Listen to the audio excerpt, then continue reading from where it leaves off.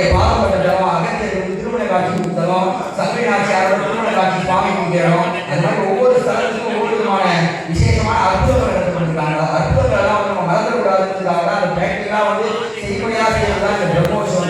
அப்ப இந்த மாதிரி நடத்தும்போது இந்த ஆலயங்கள் இந்த மாதிரி அற்புதங்கள் வந்து பிற்காக வரக்கூடிய சங்கதிகள் அதெல்லாம் நினைவு கொண்டிருப்பாங்க. இந்த ஆலயங்களுக்கு ஏற்பட்ட பூஜையெல்லாம் நடைபெற்றிருக்காங்க. இந்த மாதிரி விசேஷமான பிரம்மோற்சவம் எல்லாம் சேர்ந்து வழங்கும். அது போல இந்த மாதிரி கொடியேற்றம், இந்த மாதிரி எதுக்காக கொடியேற்றம் ஏற்றாங்கன்னா ஒரு கொடி பார்க்கறதே ஒரு கோவில் ஒரு மனித உடம்புடைய முதுகெலும்பு எப்படியோ அந்த மாதிரி ஒரு கோவிலுடைய முதுகெலும்பு விளக்கப்படுறதா பார்த்தீங்கன்னா ஒரு கொடி பார்க்க ஒரு மனித உடலுக்கு தான் பார்த்தீங்கன்னா ஒரு சன்னதியை ஒரு கோவில் எடுத்துக்கிறாங்க. சுவாமியோட நம்மளோட பாதமாக ஒரு மனித படுத்துதான் இருக்கும். அதான் ராஜபுரம் கொடிமரம் மணிபுரம் நாவினாவும் பார்த்தீங்கன்னா பலிப்பிடும் ஆத்மா ஆகிய இடம் மூலாலயத்தில் இருக்கக்கூடிய சுவாமினாவும் பார்த்தீங்கன்னா மூலவராக இருக்காங்க.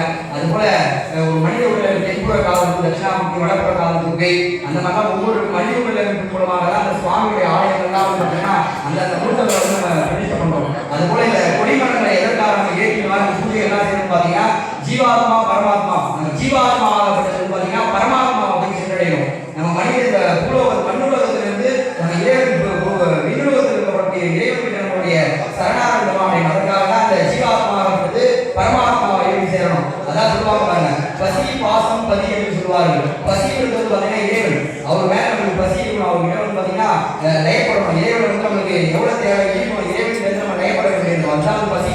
அந்த இறைவன் மேல இருக்கிற பசி நம்மளுக்கு தேவைப்படுது. பாசம் என்று கையிட்டாலும் சொல்லுவாங்க. இந்த பாசம் தான் குடிமரத்தில் ஏற்றப்படக்கூடிய கயிறு. இந்த பாசம் மூலமா இந்த கயிறு மூலமாக பதிவு சொல்லுவாங்க. அதுதான் பார்த்தீங்கன்னா மேல சுதஸ்தம்பத்தில் இருக்கக்கூடிய கொடி நம்ம இறைவனை போய் சென்றடைதான் அந்த பதிவு சொல்லுவாங்க. அதுதான் பார்த்தீங்கன்னா பசி பாசம் பதி என்று சொல்லப்படக்கூடிய இந்த குடியேற்றம். ஜீவாத்மா ஆகப்பட்டது பரமாத்மாவை எப்படி சேரணும், இறைவனோட நம்ம வந்து இறைவனுடைய திருவிழா சரணாகி கிடைக்கணும். அதனாலதான் இந்த மாதிரி குடியேற்றங்கள்லாம் சொல்லுவாங்க.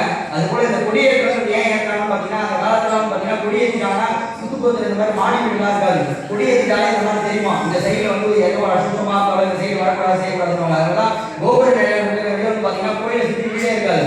ஏன்னா எந்த காரணங்களும் கோவில் நடக்கக்கூடிய உற்சவங்களோ பூஜை கைங்கரிகளோ நிற்கக்கூடாதுன்னு சொல்லுவாங்க.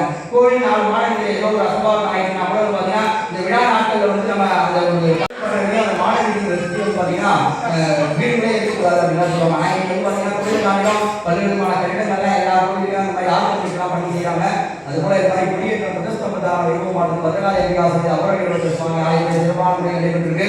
சுவாமியோட திருவிழாவாக யோகம் எல்லாம் சேமமா இருக்கும். அது போல இந்த கொடிமரங்கள் வந்து பார்த்தீங்கன்னா என்ன ஒரு தனி விசேஷம் பார்த்தீங்கன்னா இந்த ஆலயங்கள் ரொம்ப நிறைய மூத்தம் இருக்காங்க. பத்திரகாளி அது போல பார்த்தீங்கன்னா வராகிகள் பாதம் அந்த மாதிரி பல மூத்தங்கள்லாம் இருக்காங்க. ஆனா ஒரு கொடிமரம் இந்த கோவிலில் வந்து நம்ம பார்த்தீங்கன்னா எந்த சுவாமி மூத்தத்து கோயிலே இப்போ பெரிய பெரிய கோயிலாக எடுத்துட்டீங்கன்னா ரொம்ப இப்போ திருவாரூர் அதெல்லாம் எடுத்தீங்கன்னா கோயிலை சுற்றி மாற முடியாது. அந்த மாதிரி பெரிய சந்தையா இருக்கும். அப்படி இருக்காச்சு நம்ம எல்லா சந்தையும் போய் வணங்கினா கொடிமரம் முன்பே இருந்து வணங்கினாலே சொல்லுவாங்க அங்கே இருக்க தெய்வங்கள் எல்லாரையும் வணங்குறதுக்கான ஒரு பலன் கிடைக்கும், புண்ணிய பிரதியாபலன் கிடைக்கும் சொல்லுவாங்க. அது போல இந்த கொடிமரம் வந்து பார்த்தீங்கன்னா அவ்வளோ விசேஷம். இந்த கொடியேற்ற ஏற்றத்துக்கு பார்த்தீங்கன்னா நம்ம பல்வேறு வேதங்கள்லாம் படிக்கிறோம். எதற்காக பார்த்தீங்கன்னா இந்த கொடி ஏற்றதுக்கு அப்புறம் நம்ம வந்து பார்த்தீங்கன்னா சப்த நதிகள், அஷ்ட பாலகர்கள், ஆதித்யான சோமாதி நவகிரகங்கள், பல்வேறு விதமான பஞ்சமூர்த்தங்கள், பல்வேறு விதமான மூர்த்தங்கள், எல்லா சுவாமி தேவாதி தேவர்கள் எல்லா தெய்வங்களையும் இங்கே வரவைக்கிறோம் இந்த கொடியேற்றங்கள். அது போல குலதெய்வங்கள் எல்லாம் தெரியாமல் இருப்பாங்க. அந்த மாதிரி இருக்கவெல்லாம் பார்த்தீங்கன்னா இந்த கொடிமரத்தை வரனாலே பார்த்தீங்கன்னா அதனால திருச்செந்தூர்ல ஏறி மாநில இந்த கொடிமரம் பிடிச்சி போடுவாங்க. இந்த குலதெய்வம் தெரியாதவெல்லாம் அந்த பூஜையை போய் பார்த்தா ரொம்ப விசேஷம். ஏன்னா ஒரு சிலர் அப்படியே மறந்துட்டு இருப்பாங்க, அப்புறம் தோஷமா அப்படின்வாங்க. குலதெய்வ வழிபாடுலாம் தெரியும். அப்படி அந்த கொடிமரத்தை வரனாலே அவ்வளோ விசேஷம். அந்த அத்தனை விசேஷமான துவஜஸ்தம்பத்தில் இந்த தொந்தர வகை மாவட்டத்தில் நடைபெற்றது.